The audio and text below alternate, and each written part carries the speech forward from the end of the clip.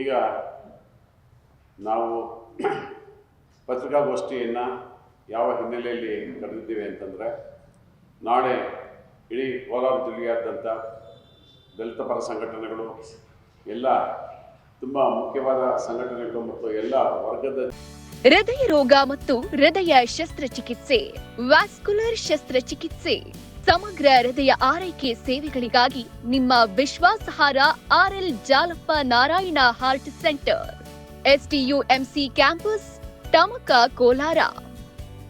180030090309. ಜನತೆ ಏನು ಈ ಅಮಿತ್ ಶಾ ದೇಶದ ಗೃಹ ಮಂತ್ರಿ ನಮ್ಮ ಪ್ರಜಾಪ್ರಭುತ್ವದ ದೇವರಾದಂತಹ ನಮ್ಮ ಸಂವಿಧಾನದ ಆಶ್ರಯದಾತ ನಮ್ಮ BR ಅಂಬೇಡ್ಕರ್ ಅವರ ಬಗ್ಗೆ ಅನುಚಿತವಾಗಿ ಮಾತಾಡೋದ್ರ ಬಗ್ಗೆ ಏನು ಬಂದ್ ಕರೆ ಮಾಡಲಾಗಿದೆ ಮತ್ತು ಪ್ರತಿಭಟನೆಯ ಕರೆ ನೀಡಲಾಗಿದೆ. ಎಲ್ಲ ಸಂಘಟನೆಗಳ ಪರವಾಗಿ ನಾವು ಜಿಲ್ಲಾ ಕಾಂಗ್ರೆಸ್ ವತಿಯಿಂದ ಅವರ ಪರ ನಿಲ್ಲೋ ವಿಚಾರಕ್ಕೆ ನಾವು ಇವತ್ತಿನ ದಿನ ಈ ಪತ್ರಿಕಾಗೋಷ್ಠಿಯನ್ನು ಕರೆದಿದ್ದೀವಿ.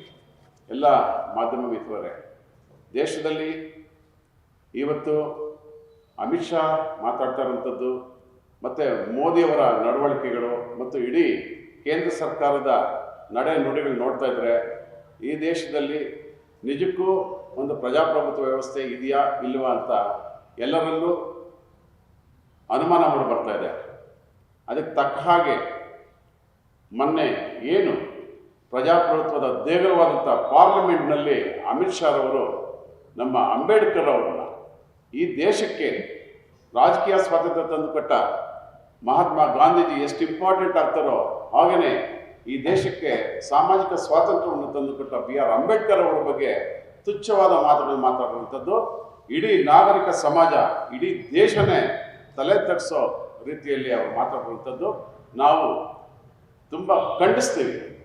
ಇಡೀ ಕಾಂಗ್ರೆಸ್ ಪಕ್ಷ ಜೊತೆಗೆ ನಮ್ಮ ಕೋಲಾರ ಜಿಲ್ಲಾ ಕಾಂಗ್ರೆಸ್ ವತಿಯಿಂದ ನಾವು ವೈಯಕ್ತಿಕವಾಗಿ ಮತ್ತು ಪಕ್ಷದ ಎಲ್ಲ ಮುಖಂಡರ ವತಿಯಿಂದ ಈ ವರ್ತನೆಯನ್ನು ಮತ್ತು ಆ ಮಾತುಗಳನ್ನು ನಾವು ಖಂಡಿಸ್ತಾ ಇದ್ದೀವಿ. ಈ ದೇಶದಲ್ಲಿ ನಮ್ಮ ಈ BJP ಪಕ್ಷ ಏನಿದೆ ಕೇಂದ್ರ ಸರ್ಕಾರದಲ್ಲಿ ಅವ್ರು ನಿಜಕ್ಕೂ ಸಹ ಸಂವಿಧಾನ ವಿರೋಧಿಗಳು.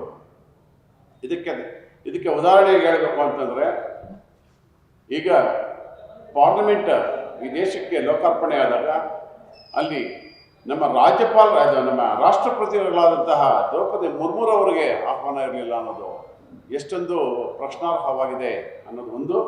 ಜೊತೆಗೆ ಇವರು ಅಯೋಧ್ಯ ರಾಮ ಮಂದಿರನ ಏನು ಉದ್ಘಾಟನೆ ಮಾಡಿದ್ರು ಅದಕ್ಕೂ ಸಹ ರಾಜ್ಯಪಾಲರಾದಂಥ ದ್ರೌಪದಿ ಮುರ್ಮುರವ್ರನ್ನ ಆಹ್ವಾನ ಮಾಡಿರುವಂಥದ್ದು. ಇದೆಲ್ಲ ಏನು ತೋರಿಸುತ್ತೆ ಅಂತಂದರೆ, ಇವರಿಗೆ ವರ್ಗಗಳು ಜಾತಿ ಮಾಡೋಂಥದ್ದು, ಮತಗಳು ಮಾಡೋಂಥದ್ದು ಮತ್ತು ಫ್ರಾಂಟರಿಸಮ್ ಮಾಡೋಂಥದ್ದು, ಭಾಷೆಗಳ ನಡುವೆ ತಂದಿಕ್ಕುವಂಥದ್ದು, ದೇಶಗಳು ಜನಗಳ ಮನಸ್ಸುಗಳ ನಡೆ ತಂದಿಕ್ಕುವಂಥ ಕೆಲಸನ ಅವರು ಅವ್ಯಾಹತವಾಗಿ ಮಾಡ್ತಾ ಇರೋಂಥದ್ದು.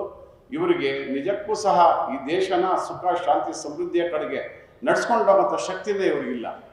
ಇಡೀ ದೇಶ ಇವತ್ತು ದಿನ ಅವರ ಹೇಳಿಕೆನ ಅನುಮಾನಾಸ್ಪದವಾಗಿ ನೋಡ್ತಾ ಇದೆ.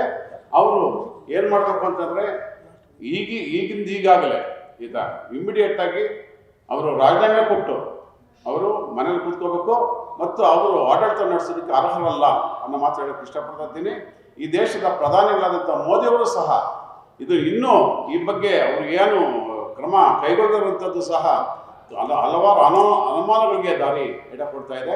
ಜೊತೆಗೆ ಏನಾಗ್ತಾ ಇದೆ ಅಂತಂದರೆ, ಅಮಿತ್ ಶಾ ಒಬ್ಬ ರಾಜಕಾರಣಿಯಾಗಿ ಯಾವತ್ತೂ ವರ್ತನೆ ಮಾಡಲಿಲ್ಲ, ಒಬ್ಬ ನಾಯಕನಾಗಿ ಯಾವತ್ತೂ ವರ್ತನೆ ಮಾಡಲಿಲ್ಲ.